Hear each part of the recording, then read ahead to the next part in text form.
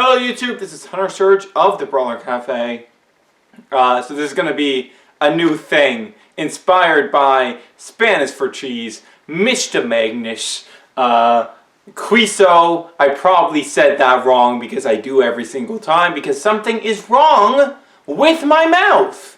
Okay. I used to do this format a lot back on my personal channel. I'm like, might as well do it again.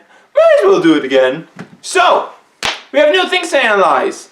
But, because we don't have all the character cards, plus, we might not have the full information on many of the character cards we do technically have, kind of hard to be doing a best of Armored Elite video. So we're going to be trying some different things. Video frequency won't be as much as it was when I was putting out the best of videos. You can probably expect one video at least per week. I'm aiming for an analysis video every Tuesday. Chose Tuesday specifically because I did not want to conflict with my boy Matt's uploads. Because there's only so many of us Bakugan pros making actual meaningful TCG content. And don't want to divide your attention if we can help it. So let's get into it. Today's topic is we are talking about the newest mechanic. It's called Baku-Gear. Now, if you've been paying attention to the podcast, the sort of thing I talk about on this channel, you know that I love Battle Gear. I love it. It was my favorite mechanic from the original game. And from day one, I was like, okay, I want Battle Gear. I want Battle Gear back in some capacity because it was a great mechanic, and Baku-Gear isn't quite the same. So, for those who might not be educated, let's get into how Baku-Gear works. So, if you've played other TCGs before that has like some sort of equip mechanic, it's very similar to that. So, you play down Baku-Gear for its energy cost from your hand. They go into your main deck, and you equip it to your Bakugan by paying their energy cost. And they get the increased stats that are listed on the Baku-Gear and any other effects that are stated on the Baku-Gear. Yeah, you can play them on any Bakugan regardless of faction. The only faction rules are in regards to deck construction, as they always are. And the only other thing is that every Bakugan can only have one Baku-Gear equipped at a time. So, I'll be honest, that rule I'm actually not the biggest fan of because there are some Baku-Gear with niche effects like Frost Strike and stuff like that where if we could equip multiple Baku-Gear to a single Bakugan, those could have some use. But since we're only getting one Baku-Gear slot per Bakugan, it's really hard to justify both the deck space and eating our singular Baku-Gear slot on those effects. When they're not that great general stat-wise. Yeah. So, how do you recognize a good Baku-Gear? Well, first, you need to understand one thing. You see that energy cost on a Baku-Gear? That's not the real cost. We're never paying those costs. Basically never. Because with the Baku-Gear came a whole slew of new Baku core effects. About 17 of them, I think, if I'm remembering correctly. And basically, these are cores that are slightly weaker than cores of their type would otherwise give you. But they come with the bonus effect to reduce the cost of Baku-Gear you would play that turn. They do not last indefinitely as long as they're attached. They only last for the turn they are attached. Now, we don't exactly know what happens if you land on one and then play a reroll card, detach it, and land on something that isn't a gear cost reducing core. Say that 10 times fast. It's probably not that hard, to be honest. We don't know what happens there. There's some fuzzy things in the rules, and we're not getting any rulings until the set actually comes out, whenever that actually happens. So, we're going with what we got for now. We're going with what we got. don't really have any other choice. So, what makes a good BakuGear? Well, B-Power. The same thing that always makes a good Bakugan card. Does it give B-Power, boys? Does it give B-Power? Now, there's about at least one good generic BakuGear per faction.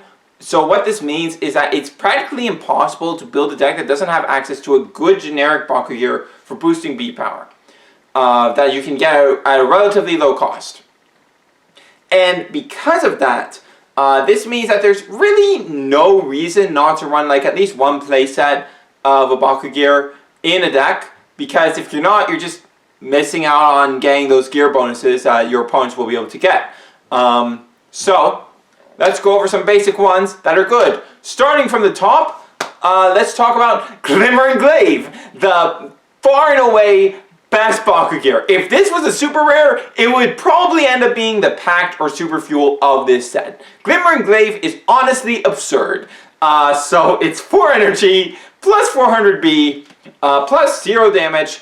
You will notice on a lot of the particularly good gear, they don't tend to give damage. It's a really easy way of finding the efficient gears is you just look for the ones that only give B-Power. Those are the ones that typically have enough stats for cost into B-Power to be worthwhile. So Glimmer and Glaive, plus 400B, plus 0 damage, and when you play it, you can attach another Baku core from your field. Now, our general strategy with gears is going to be we roll onto a core that reduces costs by 2. Your strategy is typically only going to utilize 3 or 4 of your cores. So since every single core type, except for Helix, doesn't have one confirmed, but there are like 3 new Helix cores, so there's likely one in there too. Since basically every core type has a core that reduces the gear cost by 2, your goal will basically be roll onto your 2 cost reducing core, and then re-roll onto your real core that you want. So the decreased power gain from the cost reducing core does not really factor in most of the time. As long as you have a good like 6 to 9 rerolls, which I typically have in about every deck, I feel like literally every top tier deck currently is carrying, then you'll be fine. So with Glimmer and Glaive, there might be a bit of a hitch into that if you don't think about the batch. So you play Glimmer and Glaive, you respond to its own on-play effect before it resolves. Play a reroll, reroll resolves, you land onto a better core, Glimmer and Glaive resolves, you get to pick up another core from your field. So this is Consort for 1 more cost, but unlike Drumwave, which has a conditional plus 3 Frost Strike, we are instead getting plus 400B permanently. Cool! So this is one of the gears that's like, hey, I'm absurd if you play me for 2 cost reduced. However, you can also play me completely raw, and I'm still going to be a really good card. Because 1 more energy for an extra plus 400B, that's way above curve. That's like twice over curve. It's great. Oh my god. Like, grab a magic shield with this. Hitting that 1050B. Off of 4 energy? Ooh, that's good. Off of 2 energy, though. Ooh, baby. That's when we start cooking. That is a far and away best gear in the set. Best gear in the set as far as generic gears go. The next 2 we're going to talk about are more archetypal. These are both darkest gears. I'm just going to check their stats to make sure I get them completely right. Because I can mix them up sometimes. So, alright. Twilight Axes first. So this is for the new archetype Rapid Fire, which basically allows you to play Rapid Fire cards to play other Rapid Fire cards for free. So basically, as long as you play another Rapid Fire card this turn, which you will basically always be doing when you're playing a Rapid Fire deck, which is the only deck you'd play this in, Twilight Axes will be free. Its 4 cost does not exist. And for that, you're getting plus 300 beat and plus 3 damage. Really solid. Like 0 energy, permanent plus 300 beat, plus 3 damage. Really great. Also in Darkest is another archetypal one for an archetype we all know and love. Fury. Macca Claws. This is an awesome rare. These are the only like good high rarity gear, by the way. These 2. these two archetypal ones in Dorcas. So this one is, if you have no other cards in your hand, you can play it for free. It's normally 5 cost, but never going to pay that for it. And it's plus 400B, plus 4 damage. Really, really good. Like, actually absurdly good. This will be a huge boon to Fury because, like, this is easily the best. This is easily the best gear, like, in raw stat gain. Like, there are other gear that are giving you the same amount of B power, but this is the most damage. So this card's really good. And it's really good for Fury because Fury's biggest problem is that, like, it can kind of wean off as the game carries on because you're relying on top decks and stuff like that. But with a gear like this, you can keep up. It's great. Really good card. Really, really good card. Like it a lot. Okay. Moving on from there. From there, we just have some generically decent gear that you can just throw into any deck, basically. There's at least one for every faction. Alkos has 2 I want to mention, actually. So Alkos has Tempest Generator. This is 2 cost, plus 100B, plus 1 damage, and you may reroll your Bakugan. So this is pretty solid. If you want to abuse something like Shun or Pyrus Hyper Serpentine, this is a fantastic gear. Gives you more rerolls. The generic one that you'd use for just B power gaining in Alkos, though, is Alko Plate. This is 3 energy normally, but that means it's only going to be 1 energy. Plus 400B, plus 0 damage. We're getting plus 400B permanently for 1 energy. Fantastic card. Darkus, again. We're going back to that because I forgot about one. Scorching Swords. This is one of the first ones we saw because of leaks.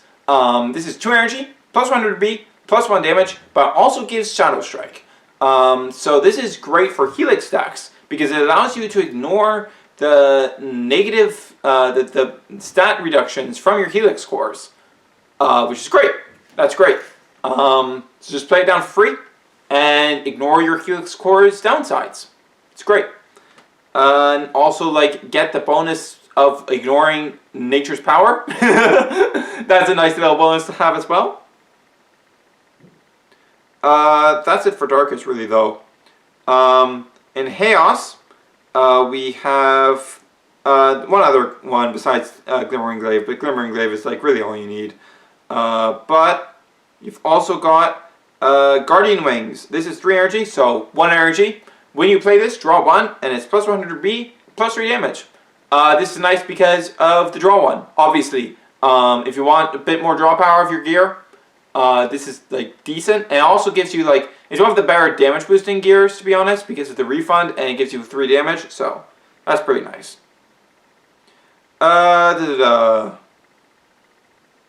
Next up, we have Pyrus. Oh, this is actually one of my favorite gears in the set.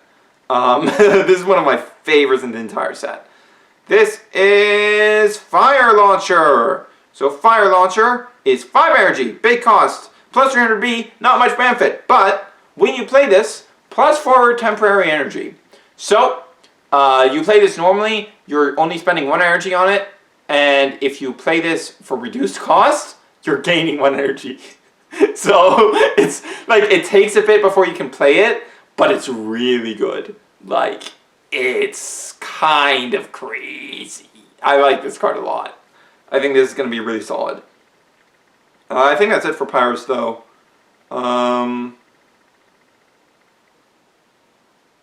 Yeah, there's no other notables in Pyrus. Ventus has 2 worth noting. First up, we have Ventus Smashers. This is 2 cost, plus 200B, plus 0 damage. So this just becomes free when you're on a reduction core, and it gives you plus 200B permanently. Not as good as Alko Plate, but it's still pretty solid. When it comes to, like, just getting generic B power boosts early, Alko Plate is probably the best gear in the game when it comes to that. And lastly, something for ramp. We have Stealth Thruster. There's actually one more after this, I lied. So this is 4 energy. When you play this, charge the top card of your deck uncharged, plus 400B, plus 0 damage. So this is actually pretty great. For any ramp deck, I would just staple 3 of in any ramp deck. 2 cost. So it's turn to energy cost. You get to charge 1, and you get permanent plus 400B. That's on curve gain. So that's great. That's really good. I like that a lot. And the one I want to talk about after that is Carnivore Claws. This is 4 energy. When you play this, choose a Bakugan to get -5 damage this turn, plus 100B, plus 5 damage. So play this for 2. Make a 10 damage differential. So this is really nice for count 1, countering Might of Sindius plays. 2, fueling Might of Sindius plays. Because everything that can counter Might of Sindius is also a boon for Might of Sindius. So, you know, I think this one is pretty notable. This is one of the more niche ones, but it's still pretty decent.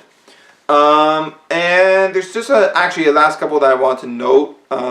These are some high cost ones that aren't really playable normally. However, there are a couple evolutions in this first set, Armored Elite, that will allow you to play gear for free out of your hand. So you just ignore these costs and get their big benefits. So the ones I want to note out of that are Chandler. This is 10 cost, plus 1000 B, plus 10 damage. So that's big. Those are big stats. Then we have... the other one is... Where is it?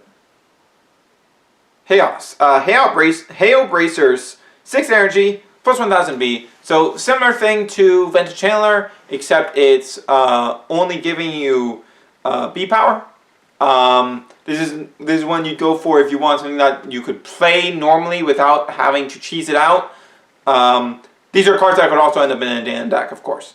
And lastly, we have the single Aurelius Gear, Sonnet Spears, which is 7 cost, plus 500 B, plus 0 damage, which isn't that much, but, when you play this, destroy any card on the field. Evo, Hero, opposing Baku-Gear, you name it. I think that's a pretty solid card, and I could easily see this seeing play at some point in the future. So yeah, that's what makes a good Baku-Gear. B-Power, like always! Like, there's a couple good damage ones, and by a couple, I mean 1 Carnivore Claws. I'm sure there's one in Pyrus too, right? There's gotta be one decent one in Pyrus. Like, the best one in Pyrus is like, Pyro Hammer, which is plus 100B, plus 12 damage for 6 cost. Yeah, that's a big cost. I don't know about that one. I could just be playing Carnivore Claws, you know? Or, you know, Chandler, like if you're going to go for something that big, or Heyo Bracers, like, doesn't seem worth that cost. So yeah, that is it for today. Hope y'all enjoyed. As I said, I'm going to be doing analysis videos every Tuesday is the plan. And podcast should be returning soon-ish. Soon-ish.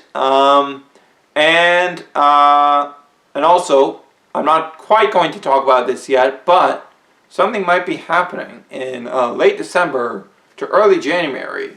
It's going to be very cool, and I'm very excited for it personally, but also excited for the content that I might be able to create out of it. So, you know, look forward to that. If you know, you know.